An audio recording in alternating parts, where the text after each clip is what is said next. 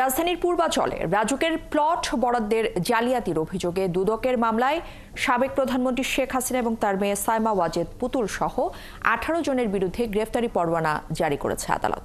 বৃহস্পতিবার জ্যেষ্ঠ বিশেষ জজ মোহাম্মদ জাকির হোসেন গালিব মামলাটির অভিযোগপত্র গ্রহণ করে এই গ্রেফতারি পরোয়ানা জারি করেন। আর একই সঙ্গে গ্রেফতার সংক্রান্ত প্রতিবেদন দাখিলের জন্য আগামী 4 মে দিন ধার্য করেছে আদালত। আরও জানাচ্ছেন নাদিয়া শারমিন। এবার রাজুকের 10 কাঠা প্লট বরাদ্দে দুর্নীতির মামলায় শেখ হাসিনা ও তার মেয়ে সাইমা ওয়াজেদ পুতুল সহ 18 জনের বিরুদ্ধে গ্রেফতারি পরোয়ানা জারি করেছে আদালত। মামলায় 1 নম্বর আসামি সাইমা ওয়াজেদ পুতুল। বৃহস্পতিবার রাজুকের প্লট দুর্নীতি মামলায় 18 জনের বিরুদ্ধে দুদকের দেয়া চার্জশিট গ্রহণ করে আদালত। আসামিরা পলাতক থাকায় তাদের বিরুদ্ধে গ্রেফতারি পরোয়ানা জারি করেন ঢাকা মহানগর দায়রা জজ জাকির হোসেন গালিব। অভিযোগটা হচ্ছে সাইমা ওয়াজেদ প্রেসক্রাইব ফর্মে অ্যাপ্লিকেশন করতে হয় অথবা তার নিজের অ্যাপ্লিকেশন করতে হয়, সেই সমস্ত কিছু না থাকা সত্ত্বেও প্রভাবটাকে খাটিয়ে এখানে রাজুকের যে সমস্ত কর্মকর্তা আছে তারাও এটার সাথে সম্পৃক্ত হয়ে এই কাজটা সম্পাদন করেছে। যেহেতু কোনো আসামি আত্মসমর্পণ করেননি বা জামিন নেননি, সেই জন্য প্রত্যেক আসামির বিরুদ্ধেই ওয়ারেন্ট জারি হয়েছে আজকে, এবং আগামী 4, 5, 25 তারিখ নির্ধারিত তারিখ রাখা হয়েছে।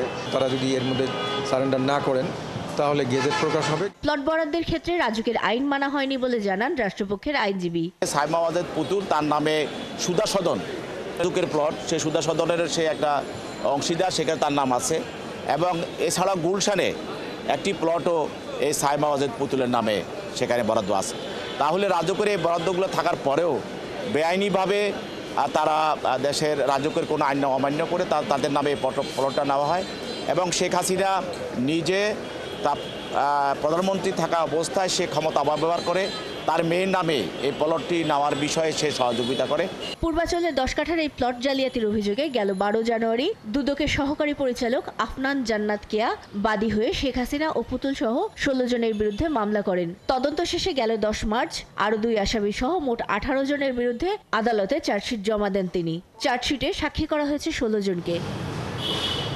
শেখ হাসিনা ও পুতুল ছাড়াও এ মামলায় গৃহায়ণ ও গণপূর্ত মন্ত্রণালয়ের প্রশাসনিক কর্মকর্তা সাইফুল ইসলাম সরকার, সিনিয়র সহকারী সচিব পূরবী গোলদার, সাবেক প্রধানমন্ত্রীর একান্ত সচিব মোহাম্মদ সালাউদ্দিন ও সাবেক গৃহায়ণ ও গণপূর্ত প্রতিমন্ত্রী শরীফ আহমেদ সহ আরও 16 জনকে আসামি করা হয়েছে।